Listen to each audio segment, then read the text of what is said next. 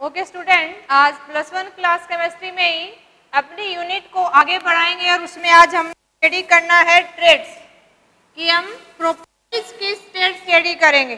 देखो, अगर हम एलिमेंट्स की प्रॉपर्टी की बात करें तो इस केस में अगर सिंपली हम बात करें एलिमेंट्स की प्रॉपर्टीज तो हम 2 टाइप्स ऑफ प्रॉपर्टी स्टडी करेंगे। स्टडी करेंगे फिजिकल प्रॉपर्टीज और सेकंड स्टडी करेंगे इसी की केमिकल प्रॉपर्टीज।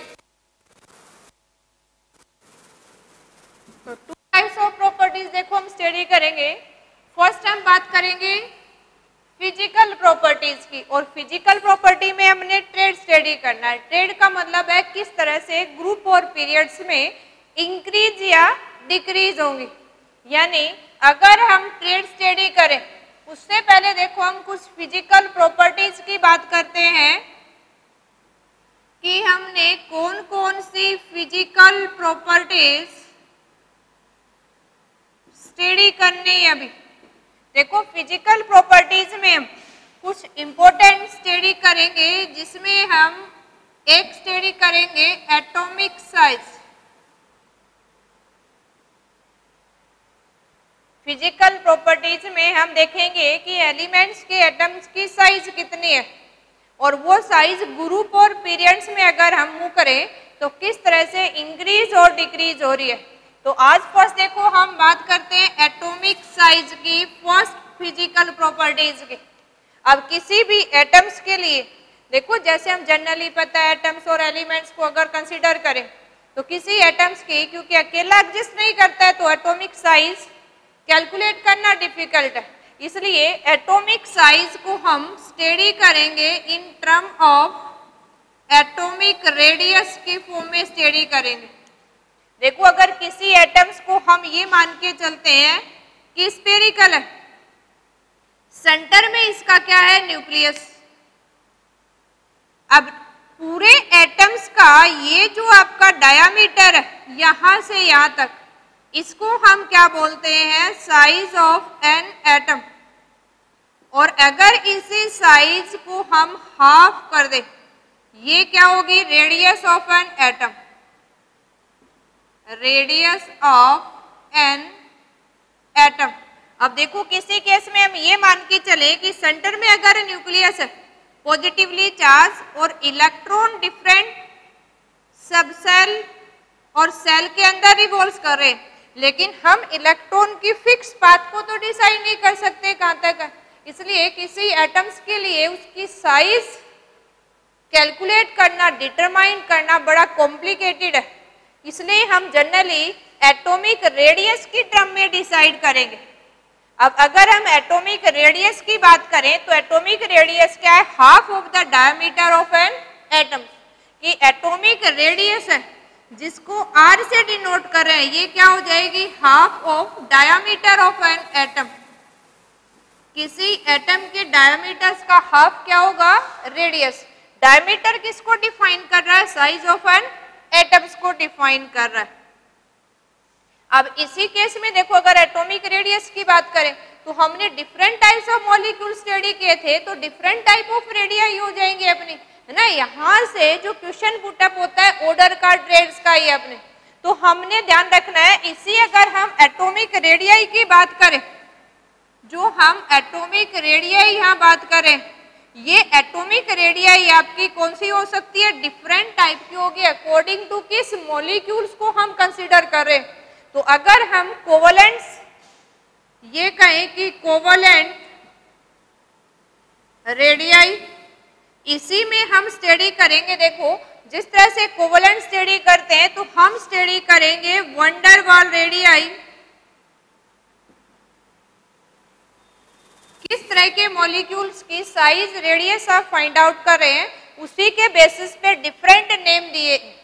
इसी के बेसिस पे अगर हम स्टडी करें तो यहां आती है आपकी कोई क्रिस्टल सॉलिड की फॉर्म में मिलता है तो हम बोलते हैं क्रिस्टल रेडियाई है।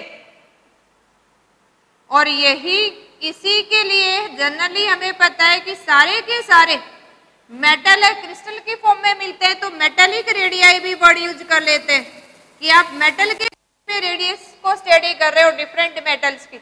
इसी के केस में अगर हम स्टडी करें किसी आयनिक कंपाउंड की तो उसके लिए वर्ड यूज कर लेते हैं हम आयनिक रेडियाई की। कैटायन एनायन की रेडियाई कैसे फाइंड आउट करेंगे, तो हम डिफरेंट टर्म में इसको स्टडी करेंगे। देखो अब इनको वन बाय वन लेके स्टडी करते हैं। देखो फर्स्ट वन, सेकंड, थर्ड और फोर्थ। तो फर्स्ट ऑफ ऑल तो हमें पता होना चाहिए कि कोवलेंट रेडियस आप किसको कहोगे, कब हम कोवलेंट रेडियाई को कंसीडर करेंगे। इसके लिए सिंपली देखो, अगर हम बात करें किसी भी कोवलेंट रेडियस है तो जैसा आपको देखो नाम से लग रहा है, तो हम इसमें किसकी रेडियस फाइंड आउट करेंगे, कोवलेंट मॉलिक्यूल की रेडियस फाइंड आउट करेंगे। और ऐसा मॉलिक्यूल लेना है जिसके अंदर प्योर कोवलेंट बॉन्ड प्रेजेंट हो, जिसके अंदर प्योर कोवलेंट बॉन्ड प्रेजेंट होगा, उसके केस में कोवलेंट रेडियाई फाइंड आउट करेंगे। अब हमें पता है कि जब भी कोई मॉलिक्यूल्स कोवलेंट बॉन्डिंग बना रहा है, आगे केमिकल बॉन्डिंग में हमने टाइप ऑफ बॉन्ड भी पढ़ने, तो सिंपली आज ये मान के चलो अगर कोई कोवलेंट बॉन्ड है उसमें जो एटम की बाउंड्री है एक दूसरे के अंदर ऑर्बिटल्स के ओवरलैपिंग से मर्जिंग से बनती है ना। कुछ 10th क्लास में हमने जब स्ट्रक्चर पढ़े थे तो हमें टाइप ऑफ बॉन्डिंग पढ़ा था कि ओवरलैपिंग से बनता है। तो थोड़ा सा याद रखना है कि कोई भी मॉलिक्यूल है जिसमें दो एटम के ऑर्बिटल से सेल ओवरलैपिंग करके बना रहे हैं, तो अपना कोवलेंट मॉलिक्यूल इस तरह का होगा जिसके कुछ ऑर्बिटल्स थे यहाँ उसने ओवरलैप कर लिया है, तो ये अपना एक कोवलेंट मॉलिक्यूल है। इसके केस में अगर सेंटर के बीच की डिस्टेंस निकाले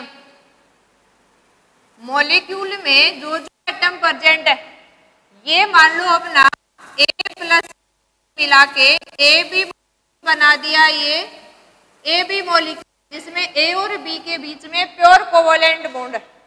अब इस मॉलिक्यूल्स में एटॉमिक रेडियाई कैसे फाइंड आउट करेंगे, हम देखो इसके सेंटर के डिनोट कर रहे हैं और यहाँ कोवलेंट रेडियाई के लिए कोवलेंट रेडियाई तो क्या हो जाएगी इसकी डी बाई। अब अगर थोटिकली राइट करना है कि कोवलेंट रेडियस है क्या, कोवलेंट रेडियस क्या है, it is the half of the distance between nuclei of two covalent bonded atoms in a molecules. देखो एक बार फिर बता रहे हैं कि कोवलेंट रेडियाई को थोटिकली कैसे लिखेंगे हम, कि कोवलेंट रेडियाई क्या है, जो कोवलेंट बॉन्डेड एटम के सेंटर की जो distance between centre of two covalently bonded atoms in a molecules उसकी क्या है, हाफ। तो सिंपली क्या कह सकते हो, it is the half of the distance between nuclei of two covalent bonded atoms in a molecules, क्योंकि प्योर कोवलेंट बॉन्डेड होने चाहिए वो। तो इस केस में क्या फाइंड आउट कर सकते हैं हम, कोवलेंट रेडियाई जिसको रिप्रेजेंट कर, ये जनरली हम किसके अंदर स्टडी करेंगे, कोवलेंट मॉलिक्यूल्स है। जनरली हम ये बात करें कि कोवलेंट ये मॉलिक्यूल्स है आपका, ये मॉलिक्यूल्स मेनली कैसा हो, डाया एटॉमिक, यानी हमने तो दो एटम के न्यूक्लियाई के बीच की डिस्टेंस फाइंड आउट करके उसका हाफ करना है, तो इजीली क्या आ जाएगी, कोवलेंट रेडियाई आ जाएगी। इसी केस में अगर सेकंड टाइप बात करें वंडर वाल रेडियाई, ये सिर्फ दो मॉलिक्यूल के बीच का अट्रैक्शन है। तो जब हमने कोवलेंट की तरह वंडर वाल रेडियाई निकालनी है, तो वंडर वाल रेडियाई कैसे निकालेंगे, देखो अगर सेकंड वन की बात करें, फिर आपने इसको कंपेयर करना है। हम अगर बात करें वंडर वाल रेडियस की बात करें, अगर वंडर वाल रेडियस की बात करें तो वंडर वाल रेडियस किसमें फाइंड आउट करते हैं हम, नोबल गैसेस के अंदर बात करते हैं, या जिसमें सैचुरेटेड मॉलिक्यूल्स है नॉन पोलर मॉलिक्यूल्स के अंदर यानी नोबल गैसेस के अंदर फाइंड आउट करें या कोई भी आपके सैचुरेटेड मॉलिक्यूल्स है, ये दो मॉलिक्यूल्स के बीच की बात करेंगे। यानी कोई भी एक को अपना ये है जिसमें 2 एटम से बना है या 3 जितने से बना है, कम से कम 2 एटम से बना होता है, इसलिए हमने 2 कंसीडर कर। सेकंड वन मान लो ये आपका फर्स्ट मॉलिक्यूल है, ये सेकंड मॉलिक्यूल के सैचुरेटेड 2 डिफरेंट एटम न्यूक्लियाई कर रहे हैं। और जब वंडर वाल रेडियस हमने फाइंड आउट करनी हो तो कैसे निकालते हैं? 2 एडजेसेंट मॉलिक्यूल्स, किसी सैचुरेटेड मॉलिक्यूल या नोबल गैसेस के जो एडजेसेंट मॉलिक्यूल हैं उनके न्यूक्लियाई के बीच की डिस्टेंस हम फाइंड आउट करते हैं। ये अगर हम इसको डी से रिप्रेजेंट करें तो यहां अपनी वंडर वाल रेडियस किसके बराबर होगी? d/2 के। अब देखो दोबारा से एक बार कि वंडर वाल रेडियस किसके केस में राइट करते हैं हम? कब होगी वो? जब किसी नोबल गैसेज या कोई सैचुरेटेड मॉलिक्यूल हो। सैचुरेटेड मॉलिक्यूल जैसे हम ये कहें कि 2 मीथेन मॉलिक्यूल के बीच में देखें, हम ये कहें कि 2 इथेन मॉलिक्यूल के बीच में देखें, किसी 2 मॉलिक्यूल के बीच में। और हमने करना क्या है? मान लो एक मीथेन मॉलिक्यूल है, एक मीथेन मॉलिक्यूल है, तो इसके नियर बाई जो इस मॉलिक्यूल में एटम इसकी तरफ है, इस मॉलिक्यूल में जो एटम इसकी तरफ है, उन नियरिंग एडजेसेंट एटम के न्यूक्लियाई के बीच की डिस्टेंस का अगर हाफ कर दिया हमने तो वो क्या होगी? वंडर वाल रेडियस। इस डायग्राम से याद रखना है ताकि आपको ऑर्डर पता चले कि कौन सी रेडियाई साइज में बड़ी है, कौन सी छोटी है। तो वंडर वाल रेडियाई हम नेबरिंग मॉलिक्यूल्स के एडजेसेंट एटम के न्यूक्लियाई के बीच की डिस्टेंस का हाफ राइट करते हैं। तो ये वंडर वाल रेडियस क्या होगी? Half of the distance between nuclei of adjacent atom in A neighbouring molecule. तो क्या हो जाएगी आपकी वंडर वाल रेडियस? किसमें कैलकुलेट करते हैं? किसी सैचुरेटेड मॉलिक्यूल या नोबल गैस के अंदर। अब थर्ड टाइप ऑफ रेडियस कैसी होगी? अपनी क्रिस्टल रेडियस या मेटेलिक रेडियस की बात करें। देखो अगर हम बात करें मेटेलिक या क्रिस्टल रेडियस और एक एटम की बात करें तो हम लिख रहे हैं रेडियस, क्योंकि देखो मेटल भी क्रिस्टल की फॉर्म में मिलता है। हम तो क्रिस्टल रेडियस बोले या मेटेलिक रेडियाई बोले तो दोनों क्या है? सेम बात है। अब देखो आपने देखा होगा कि मेटल की एटम है, क्रिस्टल के अंदर टाइटली पैक है। टाइटली पैक है दैट मीन्स कॉन्टेक्ट में, ना तो ओवरलैपिंग है ना दूर दूर है। तो इस केस में एक तो आप सिंपल देखें, ये हम सॉलिड क्रिस्टल के लिए फाइंड आउट करते हैं और मेनली किसके केस में? मेटल्स के केस में, या सॉलिड इनर्ट गैस जो हमें सिंपल अगर रेड ऑन हायर देखें तो वही एग्जिस्ट कर रही है, नहीं तो है नहीं। तो मेनली मेटल्स के केस में यूज करते हैं, इसलिए हम क्या बोल देते हैं? Metallic radii. अब मेटल क्रिस्टल में है तो एटम्स का प्रॉपर अरेंजमेंट होता है। तो क्या होगी? देखो ये अगर हम ये कंसीडर कर ले किसी मेटल के ये एटम्स है, अब मेटल्स के एटम्स की ये न्यूक्लियाई है। अब न्यूक्लियाई के बीच की जो हम ये डिस्टेंस कंसीडर करें, ये डिस्टेंस जो d होगी ये किसके बराबर हो जाएगी? हम मेटेलिक रेडियाई को Rm से लिख रहे हैं, ये d/2। अब इसको डिफाइन कैसे करोगे कि मेटेलिक रेडियाई क्या होगी? It is the distance between nuclei of half है तो साइज, और अगर रेडियस डिफाइन करना है तो क्या लिखोगे? 1/2 of the distance between adjacent atom in metal lattice. देखो मेटेलिक रेडियाई क्या है? It is the half of the distance between nuclei of 2 adjacent atom present in metal lattice या crystal of a molecules। जो molecules का crystals है उसमें साथ साथ वाले एटम के न्यूक्लियाई के बीच में डिस्टेंस का हाफ है वो मेटेलिक रेडियाई है। एक और जो हम बात करते हैं देखो यहाँ आयनिक रेडियाई की। अब ये आयनिक रेडियाई आप किसको बोलोगे, यहाँ हम आयनिक साल्ट की बात करेंगे, कैटायन एनाइन की बात करेंगे। तो ये देखो अगर हम यहाँ डिस्कस करें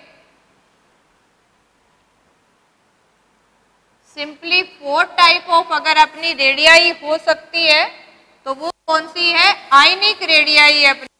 और इस 4 टाइप की रेडियाई को अगर हम कंपेयर करें कि अपनी 4 टाइप की कौन सी है, ये आयनिक रेडियाई। अब देखो अगर आयन की बात करें तो हमें आयन 2 फॉर्म में मिलते हैं, या तो आपका क्या होगा कैटायन या फिर क्या होगा एनायन। अब एनायन कैटायन की रेडियाई को हम डिफाइन कैसे करें, तो ये एनायन कैटायन की रेडियाई को फाइंड आउट करने के लिए हम क्या कहेंगे कि ये तो डिस्टेंस है किसके बीच में, कि न्यूक्लियस ऑफ एक एटम की आउटर मोस्ट इलेक्ट्रॉन्स के ऊपर कितना अट्रैक्शन है, या उस इलेक्ट्रॉन का अट्रैक्टिव फोर्स कहाँ तक एग्जर्ट कर रहा है महसूस कर सकते हैं। तो इसको देखो अगर डिफाइन करें हम आयनिक रेडियाई को, तो आयनिक रेडियाई को कैसे डिफाइन कर सकते हैं हम, आयनिक रेडियाई क्या हो जाएगी आपकी, डिस्टेंस बिटवीन, कहाँ की डिस्टेंस है ये, न्यूक्लियस, जिस एटम कैटायन और एनायन में कन्वर्ट हो रखा है उस एटम का न्यूक्लियस, और कहां तक, न्यूक्लियस एंड इसकी आउटर बाउंड्री तक, कहां तक इसकी आपका इफेक्ट महसूस कर रहे हैं, यानी कहां तक करेंगे, distance between nucleus and the point at which nuclear attraction is felt, यानी point at which nucleus exert its influences, या न्यूक्लियस का जो अट्रैक्टिव इफेक्ट है उसको जहां तक आप फेल्ट कर सकते हो वो डिस्टेंस है आपकी क्या है, आयनिक रेडियाई है। क्या है आपकी आयनिक रेडियाई। अब किसी भी पार्टिकुलर एक फिक्स तो है नहीं, उस न्यूक्लियस का अट्रैक्शन कहाँ लास्ट पॉइंट तक फील कर रहे हैं, तो उस न्यूक्लियस और लास्ट पॉइंट तक क्या होगी, वो रेडियाई होगी किसकी, आयनिक की। अब आयनिक रेडियाई में हम कैटायन और एनायन की बात करते हैं। अगर हम बात करें तो ये भी ध्यान रखना है हमने, ionic radii determine by x ray diffraction,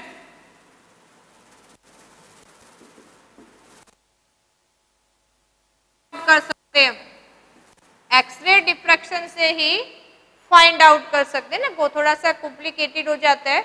तो इस केस में हम ये बात करें, अगर आपने बात करनी है अभी कैटायन की, तो कैटायन क्या होगा, कोई भी पॉजिटिवली चार्ज स्पीसीज। अब पॉजिटिवली चार्ज स्पीसीज है दैट मीन्स इसने कुछ ना कुछ इलेक्ट्रॉन लूज कर रखे हैं, इसका मतलब न्यूक्लियर चार्ज ज्यादा होगा। तो इस केस में हम बात करें कैटायन की जो पॉजिटिवली चार्ज है, और एनायन क्या हो जाएगा आपका, कोई भी हम ये मान के चले नेगेटिवली चार्ज स्पीसीज। देखो इस केस में जो आपका न्यूक्लियर चार्ज होगा वो ग्रेटर देन क्या होगा, नंबर ऑफ इलेक्ट्रॉन। और यहां बात करेंगे अगर हम, तो ये जो न्यूक्लियर चार्ज है वो लेसर देन क्या होगा, नंबर ऑफ इलेक्ट्रॉन। क्योंकि हमें पता है कि न्यूट्रल एटम में पॉजिटिव नेगेटिव चार्ज बराबर है, और न्यूक्लियर चार्ज का मतलब पॉजिटिव, इलेक्ट्रॉन का मतलब क्या है, नेगेटिव। तो इस केस में कैटायन और एनायन, और अगर यही हम बात करें किसी भी न्यूट्रल एटम की, मान लो ये आपका M है। अब तीनों की यहां हमसे पूछा जाता है तीनों की आपस में साइज कंपेयर करनी। अगर इनकी साइज हम कंपेयर करें तो आपका ध्यान रखना है ऑर्डर ऑफ साइज क्या हो जाएगा, चाहे आपसे कहे ऑर्डर ऑफ रेडियाई। तो सबसे बड़ा कौन होगा, एनाइन, क्योंकि एनाइन के अंदर इलेक्ट्रॉन ज्यादा है तो वो दूर दूर तक फैलेंगे, दूर दूर तक फैलेंगे तो जो डिस्टेंस है आपकी वो क्या हो जाएगी, बड़ी हो जाएगी। इसमें न्यूक्लियर चार्ज ज्यादा है तो इलेक्ट्रॉन को बाउंड अप करके रखेगा, साइज छोटी हो जाएगी। इसके केस में अगर ऑर्डर देखें तो साइज में बड़ा कौन होगा आपका, एनाइन, फिर बारी आएगी न्यूट्रल एटम की और सबसे छोटा कौन होगा अभी, कैटाइन। यानी इसको आप ऐसे फॉर्म में भी लिख सकते हो नेगेटिवली चार्ज MA और ये M पॉजिटिवली चार्ज। तो साइज में बड़ा कौन होगा अभी, एनाइन, जिसके ऊपर नेगेटिवली चार्ज है। अगर ये किसी एक गिवन एटम की बात कर रहे हैं तो हमने ये याद रखना है। देखो अब इसी केस में हमने तो यहाँ अपना फोकस रखना है ऑर्डर के ऊपर, ट्रेड के ऊपर। तो एक तो याद रखना है किसी गिवन M एटम की बात कर रहे हैं तो अगर उसी के ऊपर नेगेटिव चार्ज है तो वो साइज में बड़ा होगा, पॉजिटिव है तो साइज में छोटा होगा। क्यों छोटा होगा, तो हमने ध्यान रखना है कि अगर जितना पॉजिटिव चार्ज आएगा उतना आपका न्यूक्लियर चार्ज बढ़ जाएगा और इलेक्ट्रॉन की संख्या कम यानी नेगेटिव कम, तो न्यूक्लियस उसको टाइटली पकड़ेगा तो साइज डिक्रीज हो जाएगी। लेकिन अगर एक्स्ट्रा इलेक्ट्रॉन ऐड कर दिए तो नेगेटिव चार्ज आता है, एक्स्ट्रा इलेक्ट्रॉन ऐड किए तो नेगेटिव चार्ज बढ़ गया और न्यूक्लियर चार्ज तो उतना ही है जितना उसका न्यूट्रल एटम का था, तो इलेक्ट्रॉन फ्री होंगे तो दूर दूर तक जाएंगे। तो लास्ट पॉइंट जो एक्सट्रैक्शन है उसका क्या हो जाएगा, बढ़ जाएगा। तो डिस्टेंस भी क्या होगी है, इंक्रीज। और न्यूट्रल एटम क्या हो गया, in between A9 and cation. तो इससे रिलेटेड अगर जब भी हमने सिंपली अगर बात करें तो आपने ध्यान रखना है, देखो इस एटॉमिक रेडियाई को तो कैटाइन, एनाइन, न्यूट्रल आपस में जोड़ के पूछते हैं और ये तीनों आपस में इंटरलिंक करके पूछते हैं हमसे। तो 4 टाइप्स ऑफ रेडियाई हमने बात की है। तो इससे रिलेटेड अगर हम बात करें, देखो एक बार ये तो किसी गिवन है मेटल की बात कर ली हमने, तो ये ऑर्डर तो हमने याद रखना है। इसी से रिलेटेड एक हम डिफरेंट एलिमेंट्स के साइज भी कंपेयर कर लेते हैं और डिफरेंट एलिमेंट की अगर साइज हमने कंपेयर करनी है ना, ये ऑर्डर तो हमने ध्यान रखना है। देखो इसके अलावा अगर हमने डिफरेंट एटम की साइज कंपेयर करनी है जिसको बोलते हैं हम आइसो इलेक्ट्रॉनिक स्पीसीज, यानी ऐसे कैटाइन, एनाइन और molecule that having same number of electrons. यानी ये क्या हो सकता है, कोई भी कैटाइन हो सकता है, एनाइन हो सकता है, आपका न्यूट्रल एटम हो सकता है या कोई मॉलिक्यूल भी हो सकता है that have same number of electrons. अगर उसमें सेम नंबर ऑफ इलेक्ट्रॉन्स है तो उसको आइसो इलेक्ट्रॉनिक बोलते हैं। और आइसो इलेक्ट्रॉनिक में अगर हमें रेडियाई का ट्रेड स्टडी करना है तो ये ट्रेड्स क्या होगा, देखो greater will be negative charge, larger will be size. जितना नेगेटिव चार्ज आपका ज्यादा होगा उतनी साइज क्या होगी, बड़ी होगी। और जितना पॉजिटिव चार्ज आएगा आपका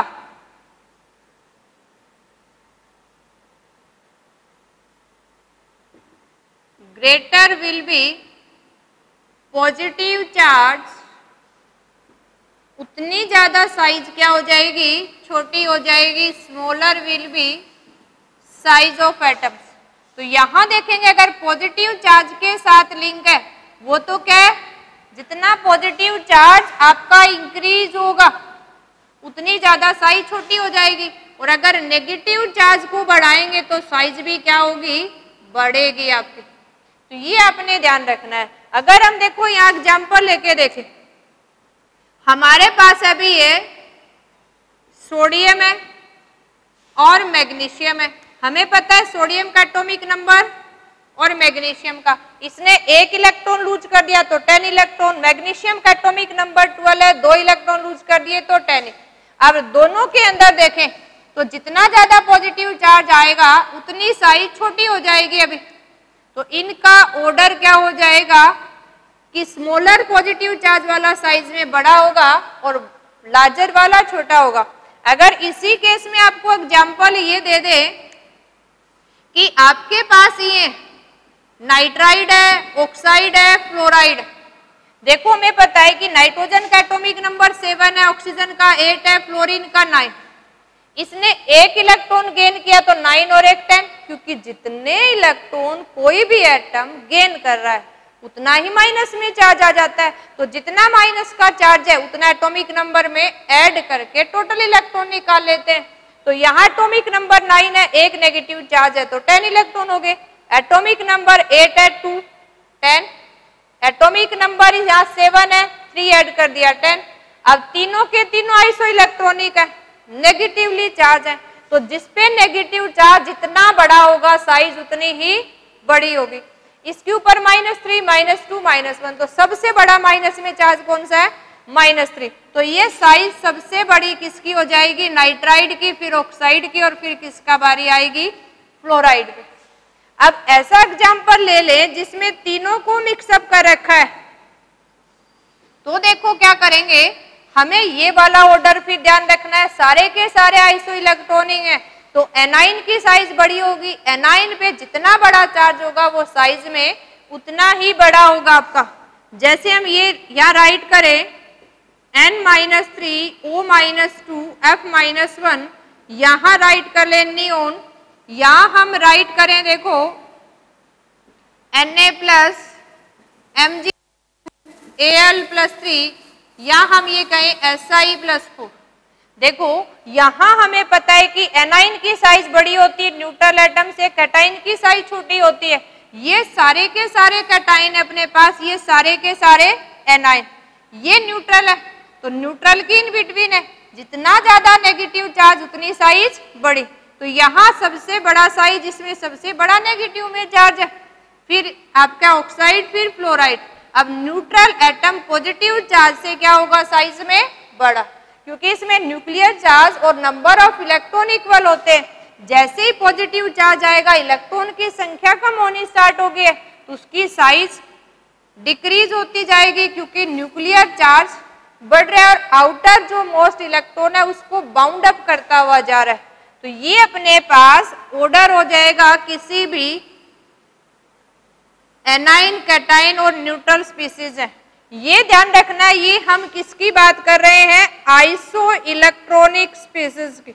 अब किसी भी मॉलिक्यूल्स के लिए हमने फाइंड आउट करना है कि किसकी साइज बड़ी है, किसकी छोटी है। तो इसके लिए आप डायरेक्टली याद रखेंगे, देखो किसी भी कॉमन्स के लिए अगर बात करें, कोई आइसो इलेक्ट्रॉनिक ना देके आपको कोई भी मॉलिक्यूल दे रखा है तो हम उस केस में ऑर्डर कैसे फाइंड आउट करेंगे, ये आपने याद रखना है। सभी कॉमन के लिए अपना ऑर्डर क्या हो जाएगा? अगर आपने याद रखना है ट्रेड्स इन रेडियाई, चाहे आपका कैटाइन, एनाइन कुछ भी दे रखा है तो हम याद रखेंगे Z/E inversely proportional to radii. ये हम यहाँ सिंपली याद रखेंगे तो किसी का भी ऑर्डर राइट अप कर सकते हैं। इस केस में यहाँ याद रखना है अपने Z किसको रिप्रेजेंट कर रहा है? यहाँ atomic number. Atomic number means आपके नंबर ऑफ इलेक्ट्रॉन्स, लेकिन कैटाइन एनाइन में चेंज हो जाते हैं तो आप सिंपल याद रखेंगे ये एटॉमिक नंबर को रिप्रेजेंट कर रहा है। ई आपके क्या रिप्रेजेंट करें, क्योंकि कैटाइन एनाइन है तो वेरी करेगा, तो हम ई को रिप्रेजेंट करते हैं कि उसके अंदर कितने टोटल नंबर ऑफ इलेक्ट्रॉन्स। अब इसी के केस में जो आपकी आर है, ये कैटाइन एनाइन एटम जो भी है उसकी रेडियस को रिप्रेजेंट करेगा। अगर किसी के अंदर जितना ज्यादा एटॉमिक नंबर होगा तो उसकी एटॉमिक नंबर बढ़ेगा तो रेडियाई क्या हो जाएगी? डिक्रीज। अगर इलेक्ट्रॉन की संख्या बढ़ेगी तो रेडियाई भी क्या होगी? इंक्रीज हो जाएगी। तो आपने एक फॉर्मूले की फॉर्म में याद रखना है, किसी भी कैटायन, एनायन या न्यूट्रल्स एटम्स का ऑर्डर अरेंज कर सकते हैं। अब देखो इन तीनों के केस में कंपेयर करके भी एक क्वेश्चन बनता है, उसको कैसे सोल्व आउट करोगे